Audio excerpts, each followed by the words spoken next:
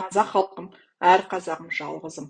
Көп уақыт емес, бұдан 10 күн бұрын ешкім сенбеп еді Путин соғыс ашады дегеніне. Путин бүкіл әлемге Россия әскерін Украина шекарасына тек әскери жаттық жасау үшін әкелгенін жария етіп еді. Бірақ 24 ақпан күні таңғы сағат 4-те Украина тәуелсіздік еліне шабуыл жасады. Бүгінгі таңда бұл агрессорлық соғыста 9166 Россия солдаты қаза тапты. Өкінішке орай, оның ішінде Россия қазақ жас жігіттері бар. Россияда тұратын біздің қазақ қандастарымызға қара қағаз келеді. Ең жүрекке бататыны, олар балаларының денесін де ала алмауы мүмкін. Өйткені қанішер Путин үкіметі өз халқынан қорқып өлген солдаттарды кремация жасап, яғни өртеп жатыр деген ақпараттар бар. Ұзын құлақ ақпараттары бойынша біздің Қазақстан армиясы Маңғыстау еліне жаттық жасау үшін соғыс техникасын апара жатқанын естідік.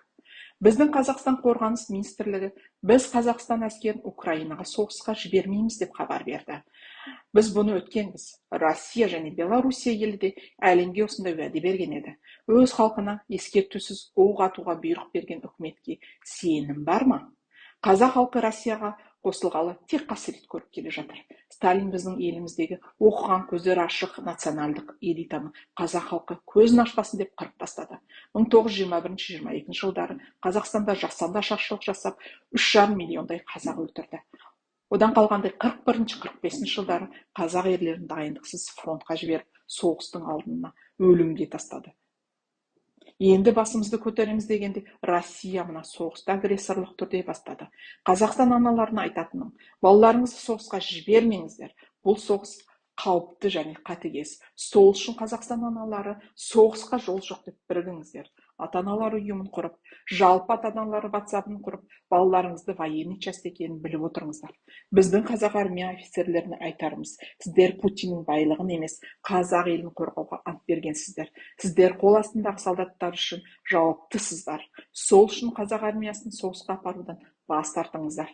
Дұрыс шешім қабылдау ол да ерлік. Жоқ деп айту ол да батырлық. Қазақ халқы соғысқа қатысуды қаламайды.